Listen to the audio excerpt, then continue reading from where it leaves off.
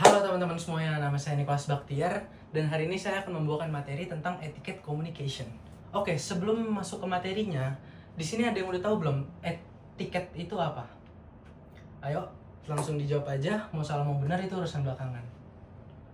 Oke, karena nggak ada yang mau jawab, biar saya aja yang jawab. Jadi, etiquette itu adalah suatu peraturan yang tidak tertulis mengenai aturan sopan santun tata krama dalam pergaulan sosial. Oke, materi yang saya akan bawakan hari ini cukup simpel ya. Cuma sekedar etika di kampus dan etika di rumah dan etika dalam personal branding. Oke, yang pertama itu adalah etika di kampus. Sebenarnya kalian pasti juga sadar gak sadar kalian juga pasti melakukan etika ini di kampus, kayak terhadap dosen kalian, terhadap kakak tingkat kalian, terhadap adik tingkat kalian. Jadi itu tuh semua pukul rata, nggak ada kayak senioritas atau gimana.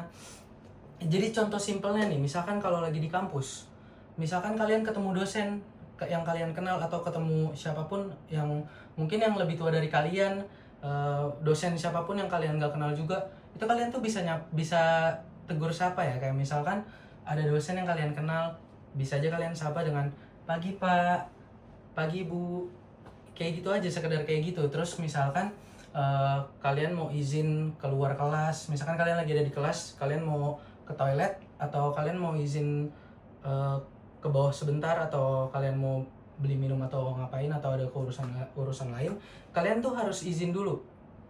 Cuman tergantung sih, kalau misalkan dosen itu udah memiliki peraturan kelas, itu beda cerita lagi.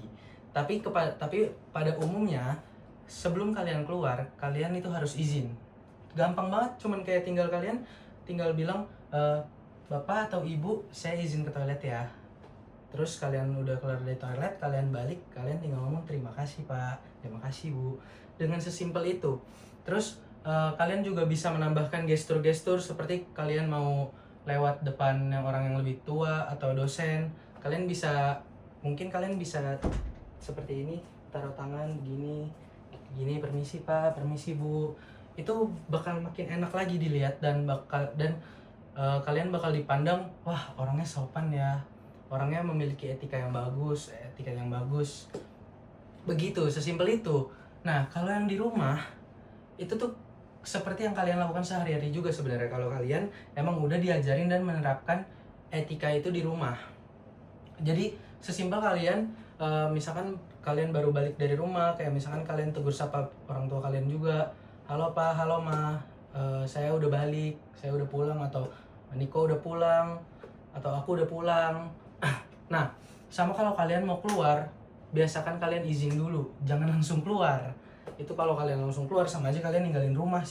Secara orang tua tidak tahu. Jadi kalian kalau mau keluar, misalkan mau keluar main atau mau keluar ke depan sebentar, kayak kalian bisa izin, Pak, Mah, izin keluar ya. Pak, Mah, izin ke depan sebentar ya. Kayak gitu. Terus kalau kalian lagi makan, kalian biasakan juga menawarkan. Kayak misalkan makan Pak, makan Mah, makan Ci, atau kalau ada Cici di situ. Dan jangan lupa juga sering-seringlah berterima kasih. Kayak misalkan kalian diberikan barang sama orang tua kalian, diberikan apa, kalian jangan lupa ngomong terima kasih Pak, terima kasih Mah, gitu. Sesimpel itu sih sebenarnya. Cuman mungkin kalian banyak juga yang menyepelekan, atau misalkan kalian juga kayak mungkin belum dapat pelajaran atau pembelajaran dari dari rumah, karena setiap pembelajaran orang tua itu berbeda-beda ya. Jadi makanya diadakan pelajaran etiquette communication buat mendalami etika-etika yang ada. Jadi kalau yang untuk personal branding itu tuh sebenarnya pembawaan dari kitanya sendiri. Jadi dengan apa namanya, dengan cara kayak misalkan kita ngomong, kita tatap-tatapan, kita tatap matanya, terus kita ngomong, itu tuh salah satu, itu tuh juga udah termasuk etiket ya. Kayak misalkan kalian apa namanya, menyapa dosen, terus kalian sehari-harinya juga emang ternyata terkenal kalian sopan dan memiliki tata krama yang bagus, itu juga bisa jadi salah satu personal branding. Dengan cara duduk di kursi yang tegap, memperhatikan, gak ngobrol di kelas, nggak memotong lawan bicara, itu tuh juga udah bagus banget ya.